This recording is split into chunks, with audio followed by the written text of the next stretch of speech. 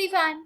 Let's read the question. The question says, for an isobaric process, the ratio of delta Q, that means amount of heat supplied, to delta W, work done by the gas, is, and given है हमें gamma is equal to Cp upon में Cv, and उसके बाद हमें 4 options given है. Option number A में बोला गया है that is equal to gamma. Second option में बोला गया है कि आंसर होना चाहिए गामा -1.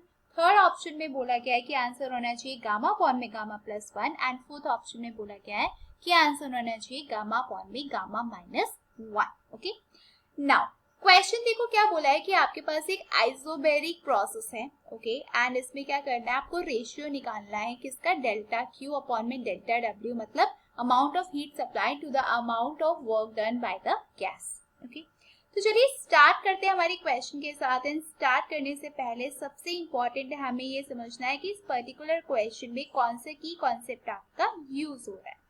अब इसको ध्यान से देखो अगर आप, तो इसमें आपको एक चीज पता चलेगी कि एक वर्ड यूज हो रहा है, वो क्या है, that is your isobaric process. Okay, क्या है, आइसोबैरिक प्रोसेस. तो आपको सबसे पहले ये पता होना चाहिए कि प्रोसेस होता क्या है, इसका मतलब क्या है. तो देखो आइसोबैरिक प्रोसेस क्या होता है कि ऐसा प्रोसेस जिसमें जो प्रेशर ऑफ द सिस्टम है वो कैसा है, आपका कांस्टेंट. राइट, मतलब आप बोलो कि प्रेशर ऑफ द सिस्टम कैसा होना चाहिए, आपका कांस्टेंट होना चाहिए. मतलब जो प्रेशर है वो आपका चेंज नहीं हो रहा पूरे प्रोसेस के यू कैन से ड्यूरेशन में, वो कैसा है, आपका कांस्टेंट है. ओके, नाउ अब स्टार्ट करते हैं हमारे क्वेश्चन के साथ. अब देखो अगर मैं आपसे यहाँ पे पूछूं कि फॉर एन आइडियल गैस, अगर मैं यहाँ पे आइडियल गैस की बात करूँ तो उसकी इक्वेशन आपने पढ़ी हुई है. यस, सबको पता है हमें कि वो इक्वेशन कौन सी होती है, वो कौन सी होती है आपके पास, PV is equal to nRT. यहाँ पे जो P है वो क्या डिनोट कर रहा है, प्रेशर, V क्या डिनोट कर रहा है, वॉल्यूम, N क्या डिनोट कर रहा है, नंबर ऑफ मोल्स, R क्या डिनोट कर रहा है, universal gas constant, and T क्या डिनोट कर रहा है, टेम्परेचर. अब अगर मैं अमाउंट ऑफ हीट सप्लाइड निकालना चाहती हूँ तो आप अमाउंट ऑफ हीट सप्लाइड कैसे निकाल सकते हो, डेल्टा क्यू से.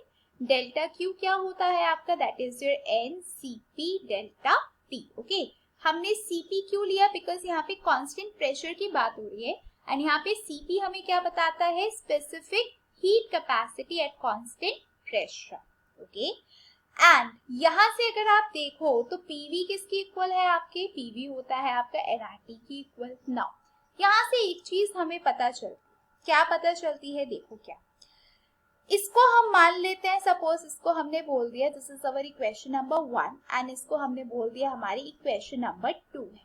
अब अगर मैं आपसे एक चीज और पूछूं कि work done by the gas कितना होता है, तो हम लिख लेते हैं कि ठीक है वर्क डन बाय गैस निकालना है, तो डेल्टा W क्या होता है, that is P into delta V. यहाँ पे P क्या है, प्रेशर है, डेल्टा V क्या है, चेंज इन टेम्परेचर. तो अगर आप यहाँ से डेल्टा W निकालना चाहते हो तो आप देखो कैसे लिख सकते हो.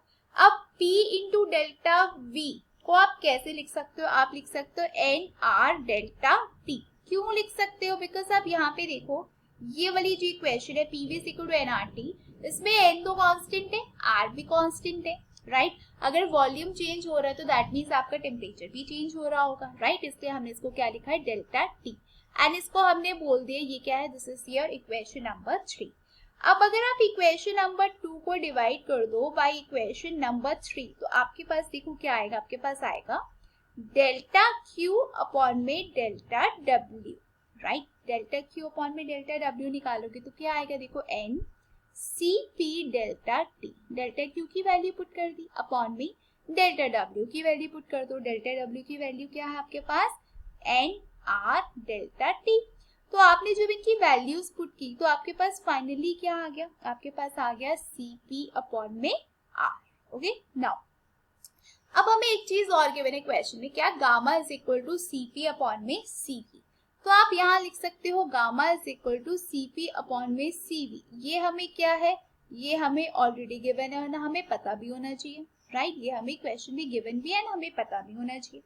अब देखो जो एक और चीज हमें पता है दैट CP माइनस CV जो है उसकी वैल्यू क्या होती है, उसकी वैल्यू होती है R. अब अगर आप ये वैल्यूज उठा के अगर आप पुट कर दो तो आपके पास क्या आएगा, देखो डेल्टा Q अपॉन में delta W is equal to क्या हो जाएगा, देखो इज इक्वल टू हो जाएगा CP अपॉन में R था पहले, तो अब क्या हो जाएगा आपके पास CP अपॉन में Cp माइनस Cv, मतलब R की जगह आपने क्या पुट कर दिया, R की जगह आपने ये चीज पुट कर दी इस इक्वेशन। तो यहाँ से अगर आप इसको सॉल्व करना चाहो, ठीक है, तो आप कैसे कर पाओगे? क्या आप एग्जैक्टली ऐसे कर सकते हो? नहीं कर सकते। तो कैसे नहीं कर सकते हो? तो आप क्या करो, इसका इनवर्स ले लो, मतलब डेल्टा W अपॉन में डेल्टा Q लिख लो। तो अगर आप ऐसे लिखोगे तो क्या हो जाएगा, Cp माइनस Cv अपॉन में Cp।